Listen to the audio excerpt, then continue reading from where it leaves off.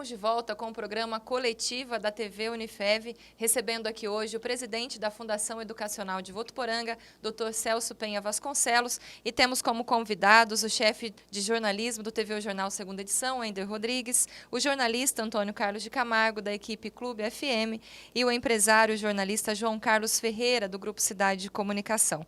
A gente continua essa rodada de perguntas. O prefeito João Dado tem dito e repetido que Votuporanga, nas suas atividades gerais, se sustenta em 3 pilares. Ele cita a prefeitura, ele cita a Santa Casa e ele cita a Unifev. Dr. Celso, falta alguma coisa? A ordem de colocação dele é correta do seu ponto de vista? Prefeitura, Santa Casa e Unifev? Olha, eu não vou discutir a ordem aí, porque eu acho que ele não coloca isso numa ordem. Hora ele fala de uma forma, de uma ordem, e outra hora ele... Mas, sem dúvida, são 3 instituições, né, que representam aí um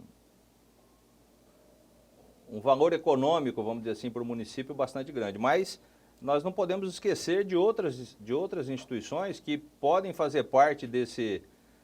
aí a gente passaria, eu não sei nem como é que é o nome, de tripé para quadripé, para quintripé, não sei como é que a gente poderia chamar isso, mas nós não podemos esquecer do comércio, né, da associação comercial, nós não podemos esquecer da indústria através da IRVO e de alguns outros segmentos que são tão importantes para a cidade, que trazem um movimento, fortalecem o setor econômico do município, e que, no meu modo de entender, são setores aí que guardam uma importância bastante significativa para a nossa cidade. Nós temos percebido a sua preocupação em dar transparência aos atos da sua gestão, da sua equipe de trabalho. Visitado instituições, recentemente eu vi fazer uma palestra muito produtiva no Rotary, agradou a todos, porque nós tivemos uma visão geral lá nessa reunião, do que ocorre na Fundação Educacional. Como tem sido a repercussão desses encontros? Camargo, extremamente positiva, né? Nós implementamos isso desde o início da nossa gestão. Durante o ano de 2019, nós fizemos vários encontros, né, com representantes das entidades aqui na própria instituição, para poder dar divulgação daquilo que estava acontecendo. Isso é um pensamento meu, principalmente, mas de toda a nossa diretoria, de que isso é uma obrigação nossa. Nós viemos para cá com o propósito de trabalhar em benefício da instituição. Essa instituição é uma instituição comunitária e a comunidade tem que saber do que acontece aqui. Primeiro, não temos nada para esconder. Tudo que acontece aqui é feito da maneira mais transparente, mais legal possível. Erros existem? Provavelmente, sim. Mas são situações que acontecem em todos os lugares. Agora, nós não temos nada para esconder, nós queremos que a população tome conhecimento de tudo que acontece aqui e nos ajude com ideias, com sugestões, para que a gente possa melhorar a nossa administração. Para você ter uma ideia, nós fizemos uma coisa aqui que, segundo me passaram, nunca foi feita. E eu acho que é de extrema importância. Na recepção aos professores, agora no final de janeiro, onde nós recepcionamos os professores, fizemos um evento para... Eu fiz a mesma apresentação que eu fiz e que estou fazendo nas entidades, ou seja, abrimos os números para os professores.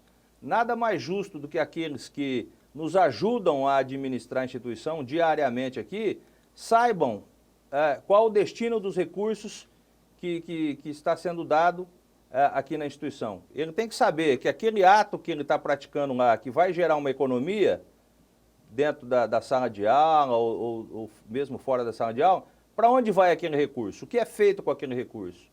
Isso é uma questão de respeito com o profissional que trabalha aqui e é uma forma de chamar ele para nos ajudar. Ou seja, olha, você está sabendo aonde vai ser aplicado o recurso. Está sendo aplicado da melhor maneira possível. Então, nos ajudem a fazer esses procedimentos que podem nos proporcionar recursos para melhorar o dia a dia da instituição.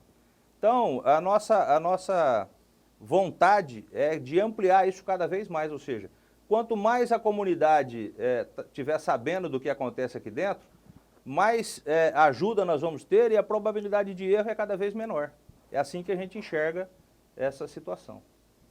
Eu vou fazer uma pergunta um pouco mais delicada agora. No Vamos final lá. da gestão passada, a instituição firmou convênio com várias entidades assistenciais da cidade. Foi considerada uma medida salvadora para as finanças dessas entidades. Quando o senhor assumiu, houve uma paralisação desses convênios. O que aconteceu de fato? Bom, primeiro, vamos corrigir, não houve paralisação alguma desses convênios. O que houve, e era uma preocupação nossa, por alguns motivos óbvios que eu não estou aqui atacando a diretoria anterior, nada, mas é uma coisa que todo mundo comentava. O que causou estranheza foi a quantidade de convênios às vésperas de uma eleição.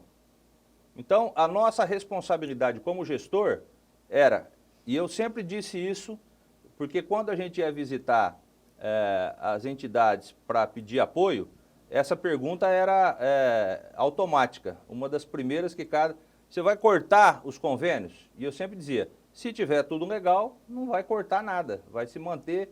Contrato assinado de uma maneira legal tem que ser cumprido, independente da gestão A, B ou C. Como eu tenho certeza que os convênios que a gente assinar aqui e os contratos, a diretoria posterior vai ter que honrar, né? O que aconteceu foi que, quando nós chegamos aqui, a preocupação evidentemente existia, nós encaminhamos para verificar a questão legal desses convênios.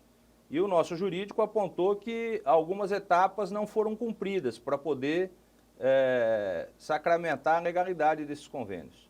Não que o convênio estivesse irregular, mas deixaram de cumprir algumas etapas que o nosso jurídico entendeu que eram necessárias para poder validar esses convênios, principalmente em relação ao Tribunal de Contas. O que nós fizemos? Procuramos o curador de fundações, que é efetivamente quem manda na instituição, né?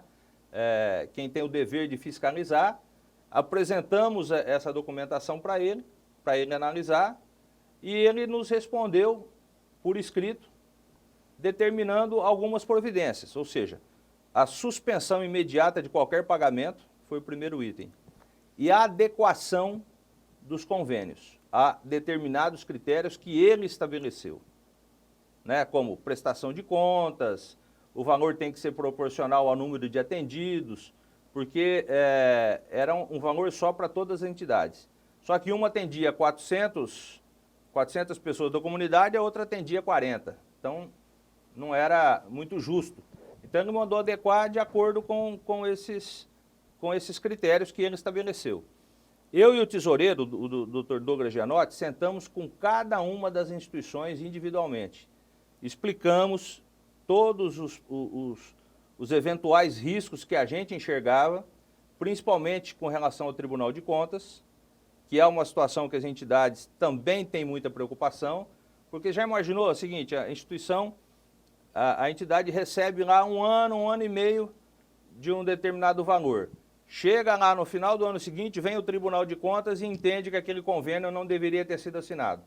Qual que é a providência dele? Uma multa para o presidente da fundação, né? E determinar que a entidade devolva o dinheiro recebido de forma considerada indevida. E isso ia colocar as entidades em situação bastante complicada, né? Nós íamos aumentar um problema para o futuro. Então, nós conseguimos, seguindo os critérios do promotor, estabelecidos pelo promotor, adequar todos os convênios. E todos os convênios foram mantidos. Essa ideia de que foi paralisado, não houve paralisação alguma. Houve, evidentemente, um hiato aí de uns 30 dias até a gente poder negociar com as instituições e mudar o formato. Agora, hoje, por exemplo, nós ajudamos todas aquelas instituições e algumas delas até de uma maneira com uma maior rentabilidade. Eu vou te dar alguns exemplos aqui. A Casa da Criança, nós temos um projeto na Casa da Criança com alunos de judô. É um professor nosso que vai lá dar aula de judô para 100 crianças, que estão disputando, inclusive, competições a nível nacional. Tem entidades aqui de Votuporanga que a gente mantém um psicólogo, que é funcionário nosso, de portaria, e formado em psicologia, que atende lá nessa comunidade. Teve entidades aqui, eu não vou citar o nome, mas estavam com problemas de vigilância sanitária, instalação elétrica, correndo o risco lá de ser interditada para poder desenvolver as suas atividades. Nós fomos lá, reparamos aquela situação, deixamos em condições de ela atender às exigências da vigilância sanitária. Construímos horta em determinadas entidades, construímos estufa em determinadas entidades. Ou seja, nós estamos ajudando de uma forma diferente, sem contar com aquilo que é mais importante, os estagiários. Que na época, quando nós chegamos aqui, havia um número quase insignificante de estagiários nessas entidades onde o convênio estava sendo celebrado. Hoje não, você vai na APAI, por exemplo, tem 8 estagiários. Isso representa, financeiramente, uma economia na folha de pagamento da APAI de um valor maior do que ela recebia naquele convênio. Então, todos os convênios foram mantidos, isso é bom deixar bem claro para a população. A única coisa que foi mudada foi a forma de pagamento. Hoje nós não damos mais dinheiro como estava estabelecido no convênio. Hoje nós ajudamos de outras formas. Cada um tem a sua necessidade e a gente procura atender a necessidade da instituição. Ressalvando uma situação, existe no aditivo contratual que foi feito, nós pedimos para incluir uma cláusula, isso foi sugestão nossa, de que a instituição que tivesse uma nova ideia, um novo projeto, pudesse apresentar a qualquer momento. Então, qualquer uma dessas instituições que tiver uma nova necessidade, tiver um novo projeto, pode apresentar que nós vamos analisar e na medida do possível, vamos atender. Mudanças estruturais ainda estão previstas na sua gestão? A gente tem hoje 2 campi, né, o Campo Centro e a cidade universitária. Como é que a diretoria avalia hoje essa estrutura? O ideal seríamos ir tudo para a cidade universitária, onde temos espaço, onde temos um campus diferenciado, né? Mas nós temos 34 laboratórios instalados aqui no Campo Centro. Então, a mudança desses laboratórios para uma eventual mudança, né, desses laboratórios para a cidade universitária, tem que ser um planejamento aí, provavelmente a médio prazo ou a longo prazo, né, e vai demandar até um planejamento financeiro para isso poder acontecer. Poderia trazer um benefício muito maior, tanto para os nossos alunos como para os nossos colaboradores estarem todos juntos, né? Mas é uma situação que entrou em estudo já há alguns meses na nossa administração, mas que hoje, efetivamente, eu não posso te responder se isso vai avançar ou não. Primeiro porque os estudos ainda não foram concluídos e vai depender do montante, né? Do resultado desses estudos para ver se é viável ou não uma mudança significativa dessa natureza. E tem uma outra questão também, o que fazer com um prédio desse tamanho no centro da cidade aqui em Votuporanga, né? Isso tem uma questão social também envolvida, que tem que se dar uma destinação, se caso isso venha a acontecer. Doutor Celso, a gente comentou também sobre algumas reestruturações, nova política de descontos para os alunos, mas como nós estamos hoje com os cursos de maneira geral? Como eles estão avaliados pelo MEC? Os nossos cursos, hoje, todos eles, sem exceção, estão bem avaliados pelo MEC, né? Todos os cursos nossos são reconhecidos, nós não temos nenhum curso em situação de não reconhecimento.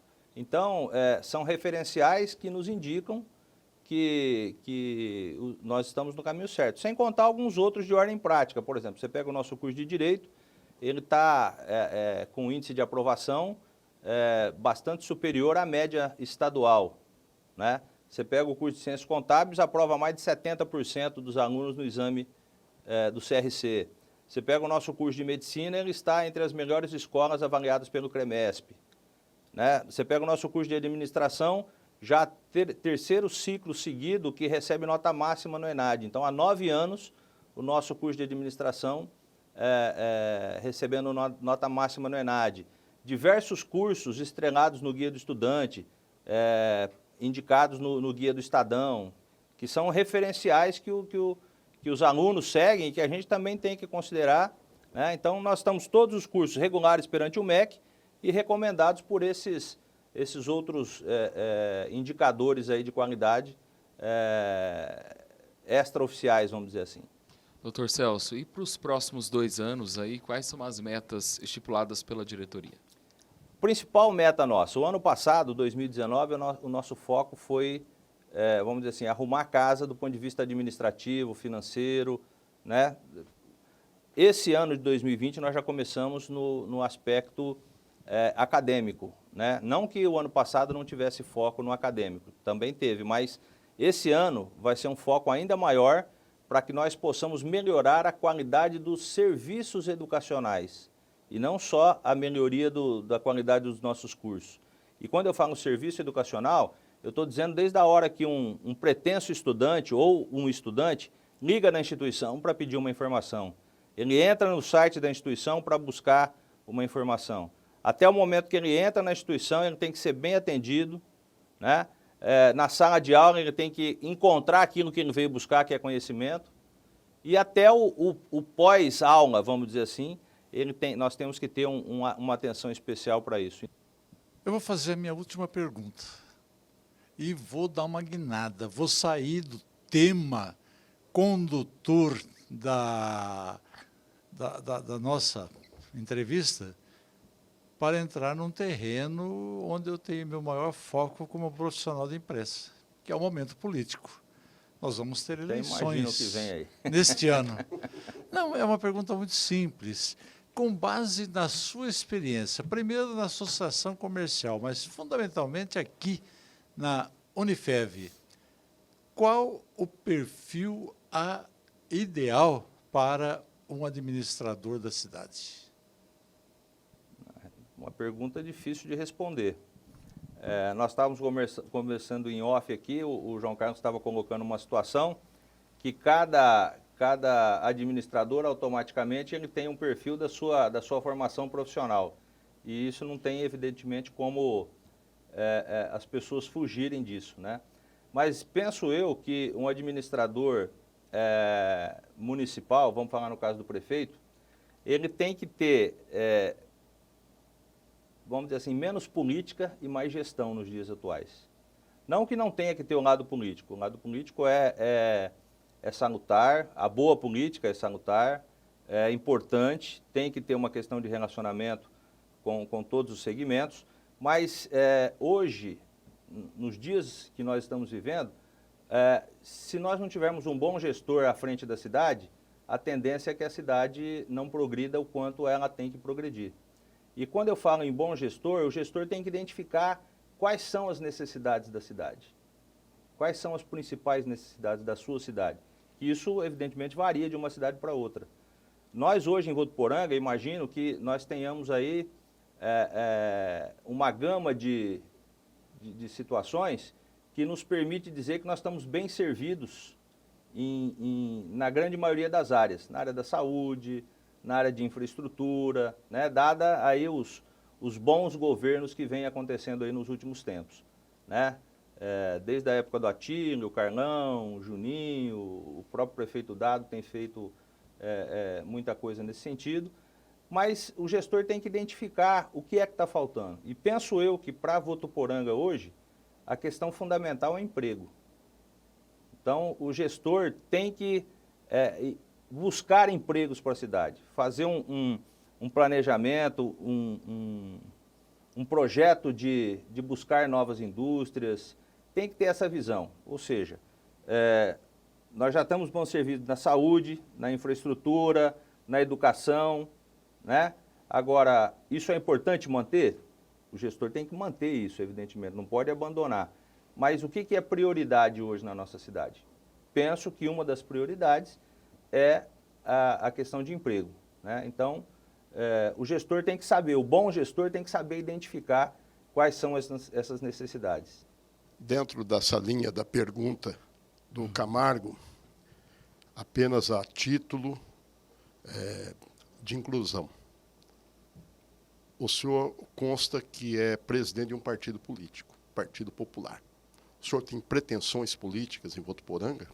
Bom, primeira coisa, eu quero deixar claro o seguinte, a questão de estar à frente de um partido político, ela independe e não tem nenhuma relação com eventual pretensão política.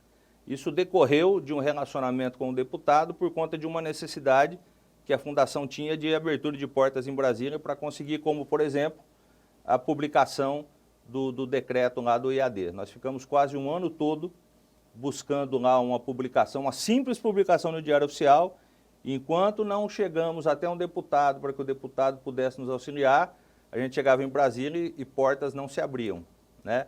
Então, em decorrência desse relacionamento, surgiu o convite e um grupo de pessoas que estavam junto comigo resolveu aceitar.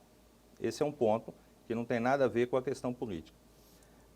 Com relação à pretensão política, eu confesso para você que eu fico envaidecido de ter o meu nome cogitado entre um dos possíveis candidatos a prefeito. Isso, evidentemente, é reconhecimento de um trabalho, né, que a gente tem feito na comunidade. Mas eu penso também que isso não depende da vontade única do possível candidato. Isso depende de uma série de circunstâncias, das lideranças políticas da cidade, entenderem que isso é necessário. E eu já te respondi isso uma vez e vou reiterar aqui, tive lá a oportunidade de estar no teu programa, e disse o seguinte: acho que ninguém tem o direito de recusar ajudar a cidade. Todas as pessoas que têm capacidade para isso, se forem chamadas, têm a obrigação de ajudar a cidade, principalmente quando mora na cidade e gosta da cidade. Então, eu vou dizer o seguinte, acho que tem muita gente boa para ser candidato a prefeito. Não tenho aquele foco em ser candidato a prefeito. Mas se um dia isso acontecer, eu certamente não me furtarei de ajudar a cidade.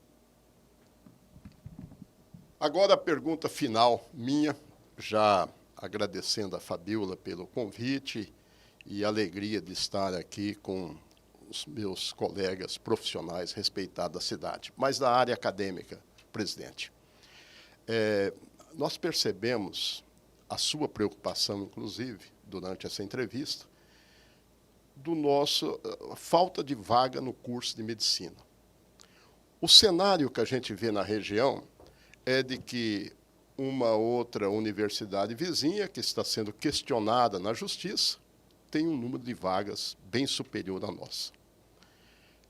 Ainda recentemente, nós tivemos a instalação de mais uma universidade de medicina na região e que, pelo que consta, não teve um trâmite dramático, burocrático, como foi o nosso aqui em Votuporanga.